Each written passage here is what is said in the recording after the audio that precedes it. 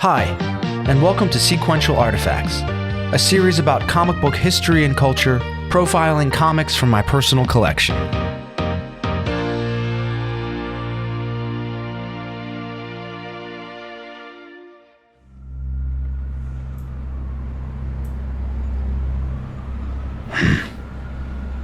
Rorschach's Journal, May 13th, 1986. The United Nations designated this the International Year of Peace. More like piece of shit. The streets are still blood-filled gutters, bloating dead vermin bobbing like rotting apples.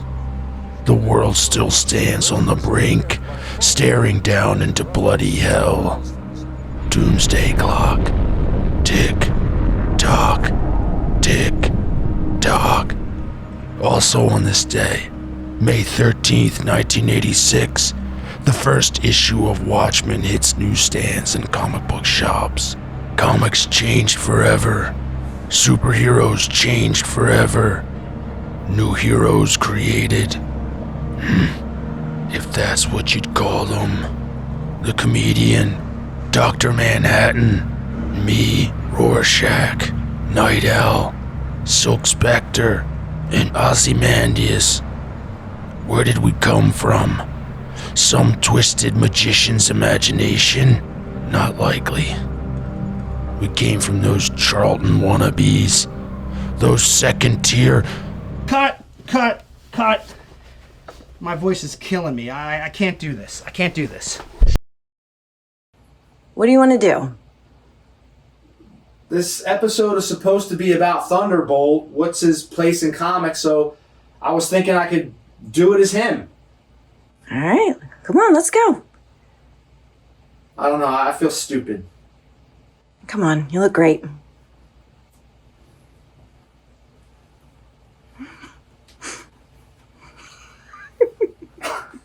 This is ridiculous. Forget it. I've long been fascinated with the character of Peter Cannon Thunderbolt, an underused superhero with interesting origins on and off the page. His creation story begins in the mind of a 10-year-old boy in 1938 after seeing a comic book featuring a man who could leap over tall buildings and have bullets bounce off his chest.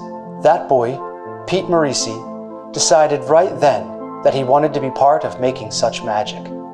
Morisi would go on to study at the Manhattan's School of Industrial Art, as well as the Cartoonist and Illustrator School before getting his first job assisting on comic strips like The Saint and Dickie Dare. His first comic book work was for Fox Publications in 1949. After a brief stint in the military, he went on to freelance for Timely, Quality, Harvey, Gleason, Fiction House, Nesbit, and Comic Media, where he co-created Johnny Dynamite, the hard-boiled, edgy detective. After Comic Media went out of business, Johnny Dynamite was bought by Charlton Comics. Thus began a 20-year working relationship between Morisi and Charlton. During that time, and to support his wife and 3 sons, Morisi needed a steadier income than comics could provide. And so, in 1956, he joined the NYPD. Morisi kept his comics moonlighting a secret from his day job at the advice of his supervisor, which led him to the nom de plume PAM.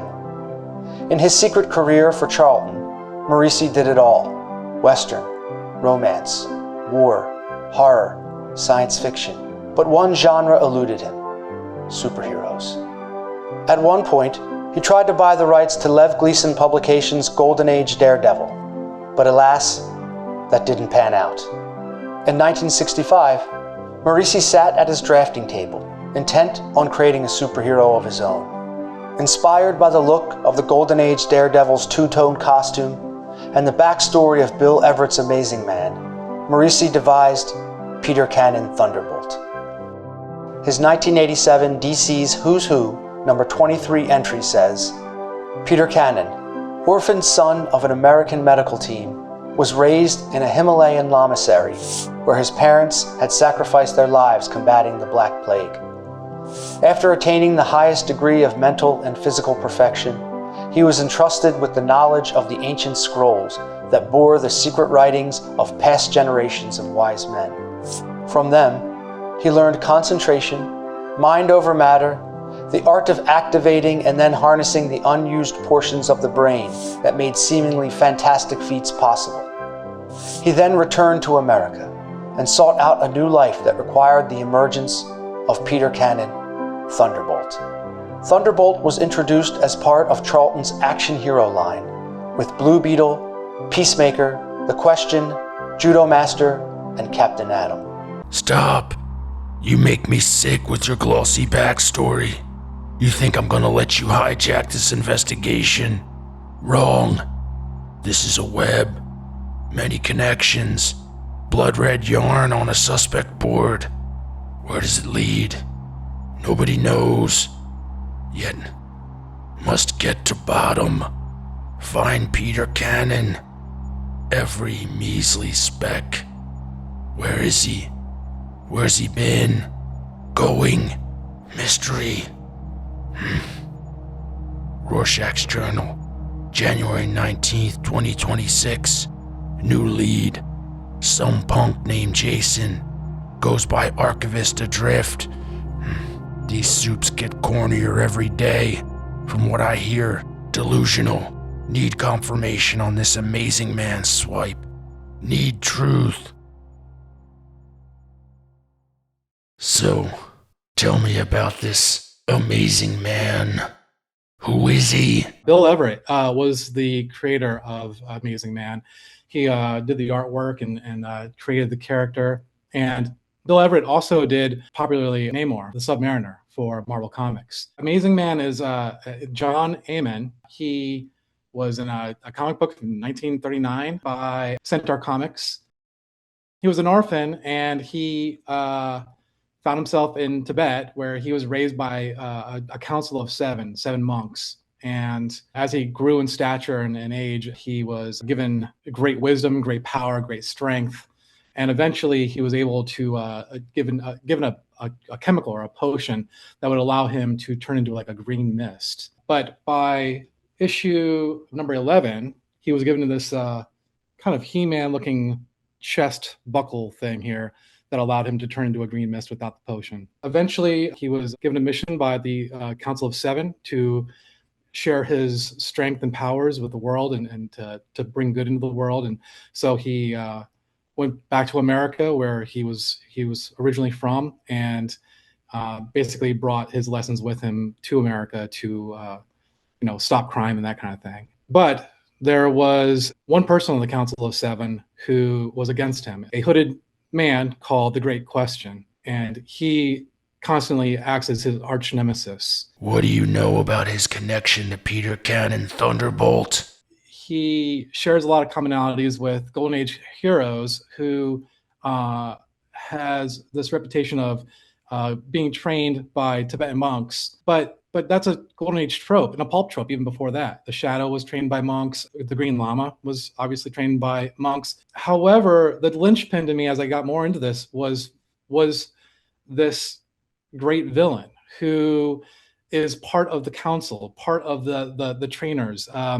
And in Peter Cannon's case, it was a man called the Hooded One, who, like the Great Question, also wears a hood. And I thought that was pretty striking. I mean, that's a weird similarity. And they have the similar powers. He could telepathically control people, and he could, send his mind great distances. So I became more and more convinced. Not only was he trained, but he was trained as an orphan child in Tibet by a council, and his arch nemesis happens to be on that council. Which that's too many coincidences to be accidental, I think. You make me sick. I better not catch you around here again. The truth is, copying proven ideas was common practice in early comics. Publishers capitalized on proven properties in an effort to make big sales. Despite his inspiration, Peter Cannon, nor any of the Charlton heroes lasted long. By 1967, the Action Heroes line was canceled. Charlton was on the decline by the early 80s and sold most of its superheroes to DC in 1983 before folding 2 years later. However, much to DC's surprise, Peter Cannon was not part of the 83 sale, as Charlton released the rights to Morrissey in 1981. DC planned to publish a book starring all the Charlton superheroes called Comics Cavalcade Weekly in '84, licensing Thunderbolt, but the project was canned due to lack of interest. As a bit of foreshadowing, the initial cover was illustrated by none other than Dave Gibbons, future Watchmen penciler. Coincidence? Think not. Pardon me, Rorschach. I'm not finished. DC continued to license Thunderbolt for Morrissey for a 1992 series.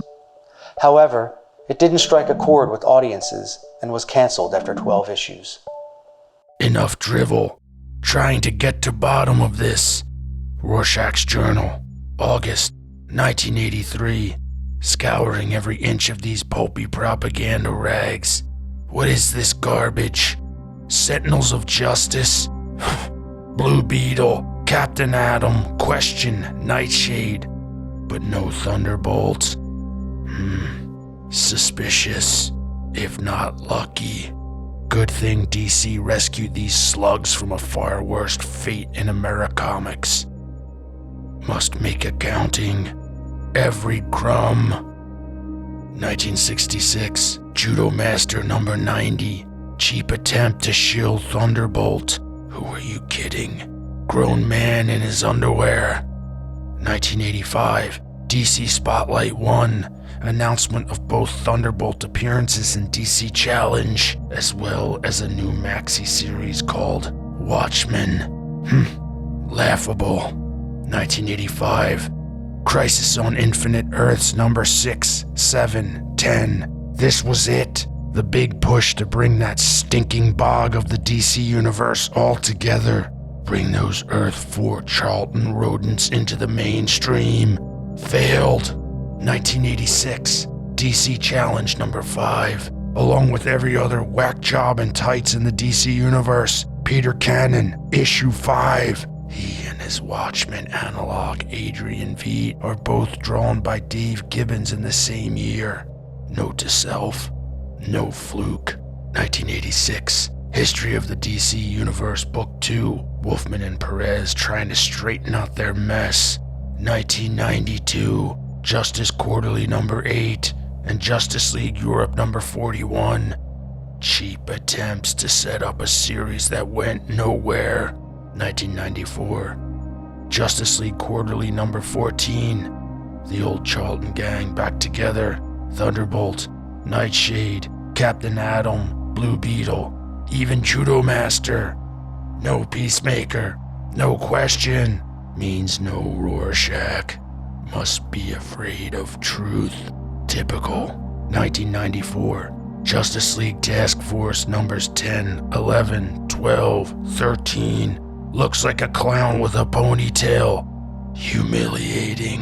1995. Guy Gardner Warrior number 29. Again, ponytail. What should I expect from the 90s? 1996. Kingdom Come number 1. Wade and Ross with their religious bunk. Self-righteous hacks turn Thunderbolt into Golden Age Daredevil. According to Ross, Cho's look for Peter Cannon as an excuse to draw Daredevil's costume. 2004, Justice League of America, Another Nail number 3. One of these elsewhere gimmicks. 2007, Justice Society of America number 10, Earth 22 version. Ross's obsession with dressing him as Golden Age Daredevil again. Pathetic. 2007, Wonder Woman Annual number 8. Hail, gang all here. They even dragged out Sarge Steel for this one. 2010, DCU Legacies number 5. They got it right again. Big deal. 2015, Justice League number 40. 2018, Harley Quinn number 15. Sellout. No soul. That's it. No real answers. Circle back to Magician. I believe Rorschach, Alan Moore, the Magician as you call him, wanted to shed new light on the superhero genre, new perspective, perhaps reveal what these costume acts say about humanity, about the world. Well, there's a book that I've just been talking to Dick Giordano about, and it's called Watchmen. And what we want to do is to actually examine the implications of the superhero if these absurd characters were real, just what they'd do to the world. In that, if there had been a Superman ever, the world would be unrecognisable. Because, well, if you've got a character of Superman's level and power working for the Americans, then what would American foreign policy be like? I should imagine it would perhaps be a little bit more adventurous than it is at present, and I should imagine that Russian foreign policy would be a little less adventurous than it is at present, and you'd have a very different world situation. So we want to play around with that angle of it. We want to try and examine some of the things that really would happen if there were superheroes. And that's not something that you can do in the actual DC universe without closing down half the books. You know, so we're just going to do a little story that's totally separate from the rest of the DC continuity, just about all these strange, obsessed super characters in a very, very bleak, grim world. And we examine the political aspect and we examine the social aspect. And yeah, we've got a few interesting things coming up, and I'm really looking forward to getting into that one. His fault. He filthed it all up, created me, brought me into this pus-filled, bloated corpse of a world. Sort it out. So bleak. He didn't begin with you, Rorschach. You were a necessity. He had other plans. He described it all in an interview in Comic Book Artist number 9. Wouldn't it be nice if I had an entire line, a universe, a continuity, a world full of superheroes? So I just started thinking about using the MLJ Archie superheroes, the Mighty Crusaders.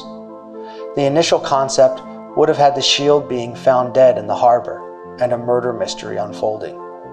I suppose I was just thinking that'd be a good way to start a comic book. Have a famous superhero found dead. As the mystery unraveled, we would be led deeper and deeper into the real heart of this superhero's world and show a reality that was very different to the general public image of the superhero. It was the sort of idea that could be applied to any pre-existing group of superheroes. If it had been the Tower characters, the Thunder Agents, I could have done the same thing. The story was about superheroes, and it didn't matter which ones it was about, as long as the characters had some kind of emotional resonance, that people would recognize them, so it would have the shock and surprise value when you saw what the reality of these characters was. So DC purchased the Charlton characters, and Dick Giordano was looking for some way to use them. And Dave Gibbons and I put forth this proposal, which originally was designed around a number of those characters. We thought the Charlton characters would provide us with a great lineup that had a lot of emotional nostalgia. But Dick didn't really want to use those characters, because the proposal would have left a lot of them in bad shape, and DC couldn't have really used them again after what we were going to do to them. So, we started to reshape the concept. The question was Rorschach, combining Steve Ditko's other fedored vigilante, Mr. A. Dr. Manhattan and Captain Atom were obviously equivalent. Night Owl and the new Blue Beetle were equivalent. The Silk Spectre, in that she's the girl of the group, sort of was the equivalent of Nightshade. The comedian was the Peacemaker, and we decided to make him slightly right-wing, patriotic, and we mixed in a little bit of Nick Fury, and probably a bit of the standard Captain America patriotic hero type. Adrian Veidt was Peter Cannon Thunderbolt. I always quite liked Peter Morisi's Thunderbolt strip. I quite liked the idea of this character using the full 100% of his brain and sort of having complete physical and mental control. And there it is, our origin. Me, you, Rorschach, how Peter Cannon became Adrian Veidt and all the rest. Let's not forget when that other weirdo Grant Morrison pulled at the strings of those Charlton characters, poking the bear, commentary on commentary, critique on critique. Clever, maybe the most clever. Backwards, this one for that one. I'll give you one guess who's missing. The pretty boy in booty shorts. There is hope for him yet. Dynamite has licensed Thunderbolt a number of times.